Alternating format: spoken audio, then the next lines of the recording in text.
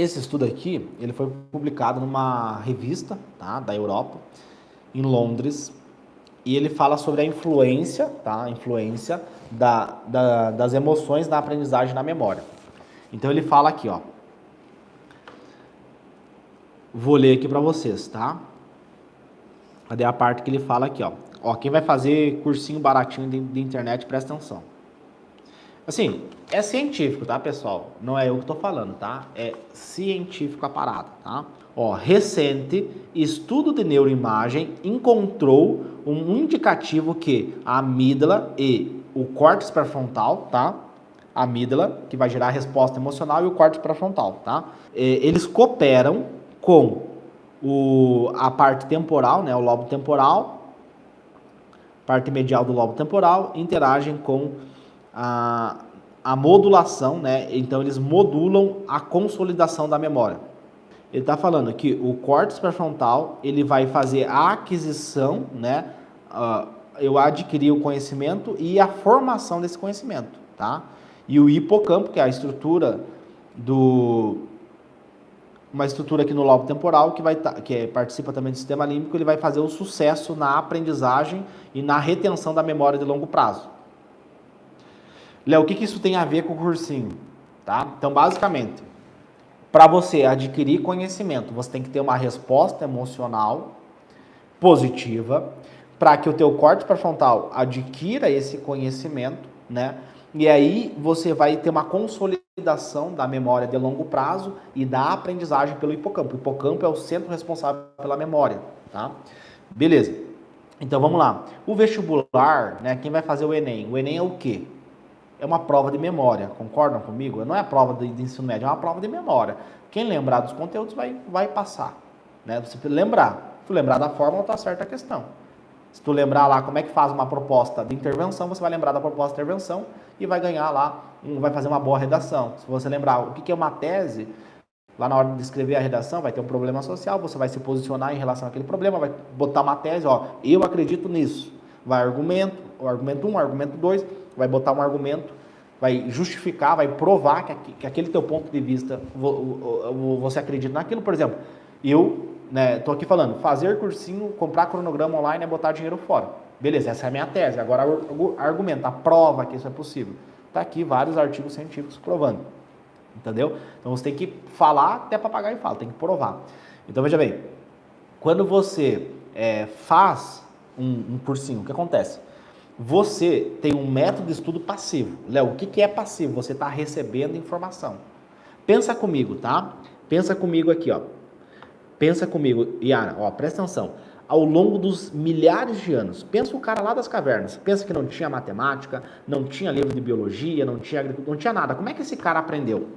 Como é que o cérebro dele aprendeu? Tinha livro naquela época? Tinha videoaula? Não tinha, né? Como é que ele aprendeu? Praticando e tentando resolver, tentando criar alguma resolução para aquele problema. É assim que o nosso cérebro aprende, tá aqui, é comprovado isso. Cientificamente que o nosso cérebro vai aprender praticando, você tem que ter uma prática. Tanto que, por exemplo, a Escola de Medicina de Harvard, eles usam Problem-Based Learning, aprendizagem baseada em problemas.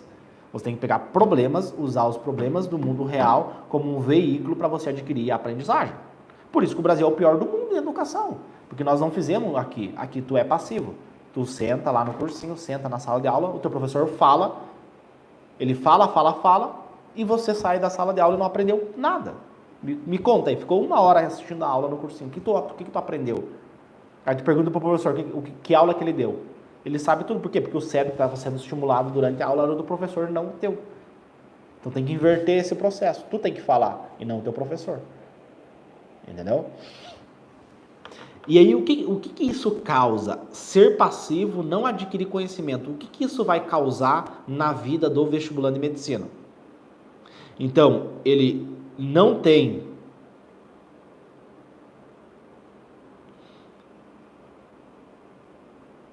o estudante, ele é passivo, ele não tem taxa de retenção, ele não aprende os conteúdos. O que acontece quando tu não aprende o conteúdo? O que acontece, você que está me assistindo, o que acontece quando você senta para estudar física e você não aprende? O que acontece? Você sentou para estudar física e não aprendeu. Sentou para fazer uma bateria de questões e não aprendeu. O que acontece? Comenta aqui para mim. O que acontece contigo? Que sentimento que tu tem? Que tipo de emoção que tu tem?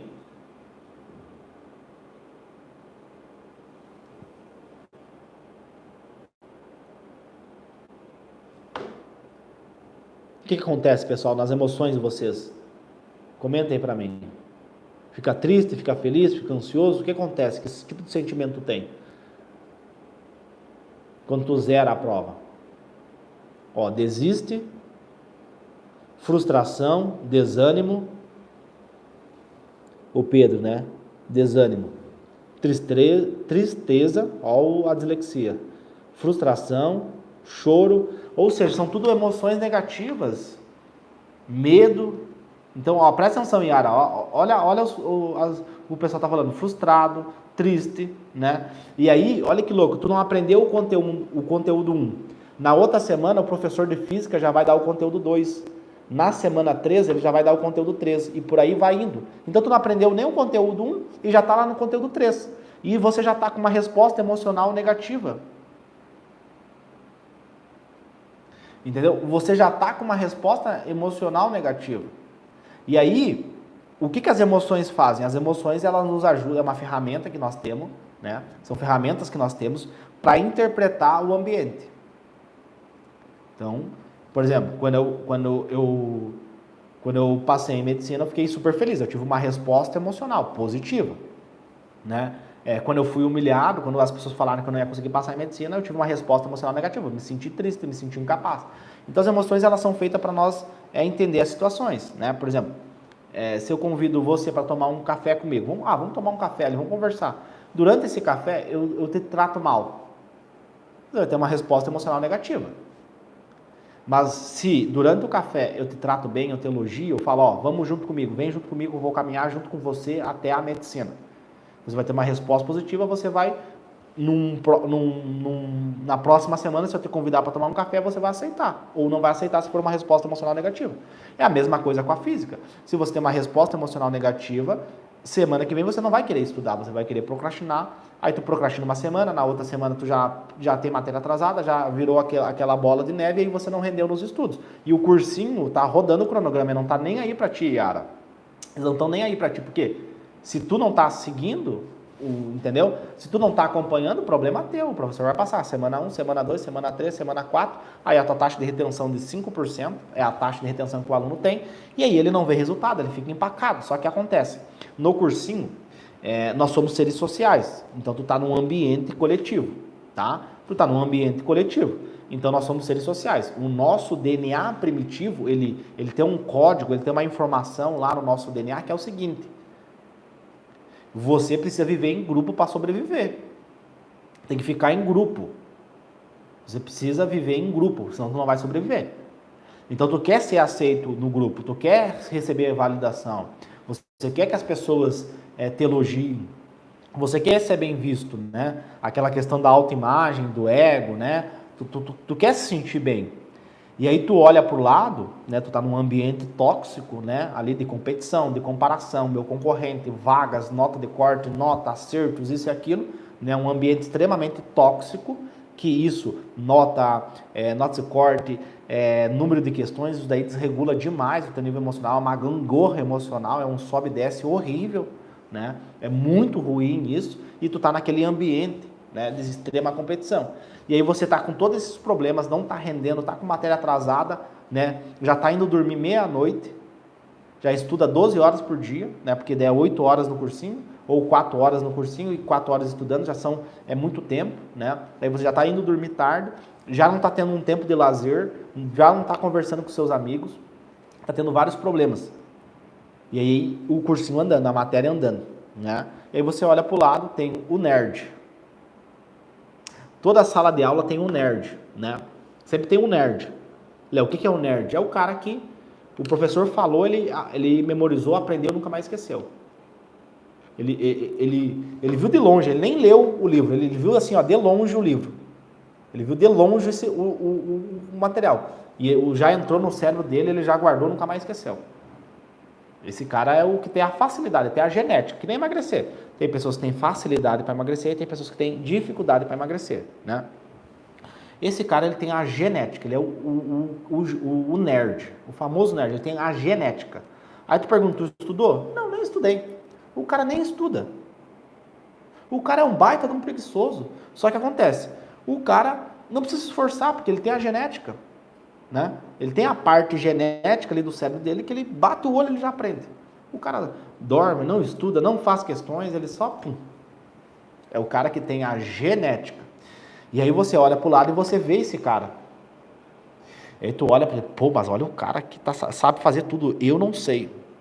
Eu sou burro.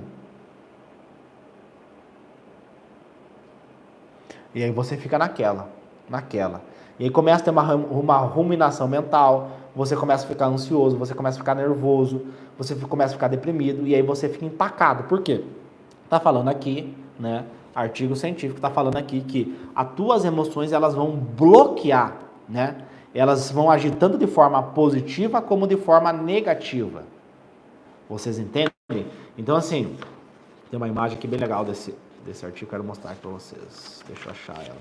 Então, assim, o nosso cérebro, né? Aqui, ó, vocês podem ver aqui, ó. Então, aqui, as emoções, ela vai modular, né? Toda a tua fisiologia, né? Então, isso vai prejudicar todo o teu corpo, toda a tua saúde vai prejudicar, né? E aí você vai 1 ano de cursinho, 2 anos de cursinho, 3 anos de cursinho, chega no 4º ano, você vai estar deprimida, vai estar tomando fluoxetina, vai estar tomando antidepressivo, vai estar ansiosa, vai estar querendo fazer qualquer outra coisa. Aí a tua família vai ver, não. Vai ver tu chorando, vai ver tu se desgastando ali, vai pensar, pô, acho que medicina não é pra você, acho que medicina é um sonho fake, acho que tu não foi feita pra medicina, vai fazer outra coisa, vai fazer odonto, vai fazer estética, vai fazer fisioterapia, vai fazer outra coisa, vai fazer biomedicina, vai fazer outra coisa, a medicina não é pra ti, porque os caras só veem tu triste, né? Tu não tem aquele brilho, tu não tem aquele tesão de estudar, de, pô, eu quero aprender uma coisa nova, tu perdeu o brilho, né? Tu perdeu aquela curiosidade que a criança tem, quando é criança, como é que as coisas funcionam, como é que é isso, como é que é aquilo, né? Perdeu isso.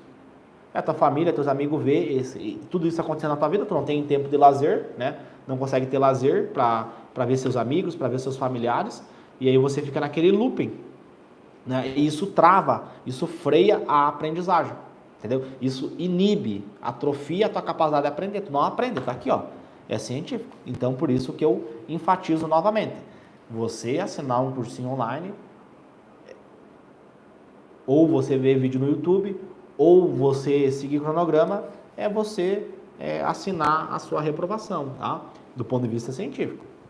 Vai ter o cara que vai passar? Vai, né? Mas tem que falar os que não passaram também, né? Tem que falar isso. Tem que falar aquelas pessoas que lutaram, que se dedicaram, se esforçaram e não conseguiram passar, né?